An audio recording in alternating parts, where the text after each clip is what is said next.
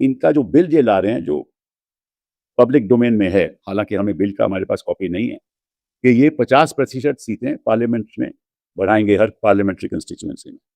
तो उसका नतीजा क्या होगा, मैं आंकड़े से आपको समझाता हूँ कि इस समय तमिलनाडु में 39 सीट्स हैं, 39 सीट हैं, और उत्तर प्रदेश में 80। तो अगर आप 50% बढ़ाओगे तो 80 से 120 हो जाएंगी, और तमिलनाडु की 39 से हो जाएंगी 59। तो पहले जो अंतर था वो केवल था 41 सीटों का, अब अंतर हो जाएगा 61 सीटों का। तो हर प्रदेश में अगर ये आंकड़े रखोगे तो नॉर्थ इंडिया में अंतर बढ़ेगा सीटों का। हाँ, और इसलिए फायदा इनको होगा, राजनीतिक फायदा होगा। चलिए इस बात को भी छोड़ दीजिए, फिर आगे क्या करने क्या रहे हैं।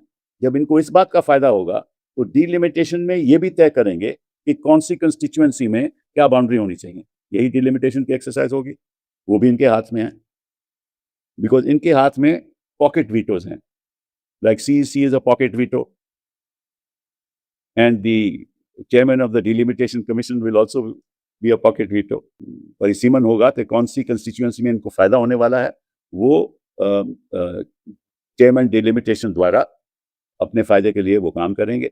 जो बाउंड्री होगी उसमें बदलाव लाएंगे ताकि उनको राजनीति में फायदा हो, और जो उत्तर भारत है उनकी संख्या बढ़ जाएगी, और प्रयास करेंगे कि दक्षिण में उनकी संख्या भी बढ़े। तो ये भी एक राजनीतिक मुद्दा है। तो ये सब क्यों करना चाहते हैं, और इतनी जल्दी में क्यों करना चाहते हैं। और एक बात आपको, वो एक लीगल बात है, आपके सामने मैं रखना चाहता हूं कि जो संशोधन हुआ था जिसके द्वारा कॉन्स्टिट्यूशनल अमेंडमेंट 106 पारित होकर संविधान में जुड़ा, 334A, उसमें यह लिखा है कि विमेन्स रिजर्वेशन लागू होगी एंड डिलिमिटेशन एक्सरसाइज उस पर्पस के लिए हो, केवल उसके लिए होगी।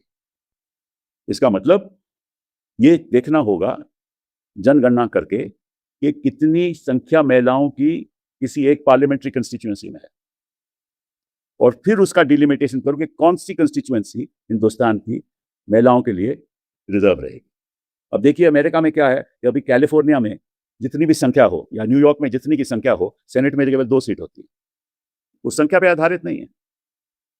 यहाँ जो साउथ के स्टेट्स हैं उनकी डेवलपमेंट की गति, जीडीपी की गति कहीं ज्यादा है नॉर्थ इंडिया के स्टेट्स में, और संख्या नॉर्थ इंडिया की स्टेट्स में ज्यादा है। तो अगर संख्या के आधार पे करोगे तो उनकी रिप्रेजेंटेशन पार्लियामेंट में बढ़ जाएगी, और साउथ इंडिया की रिप्रेजेंटेशन कमती हो जाएगी, तो सारा फेडरल स्ट्रक्चर बर्बाद हो जाएगा।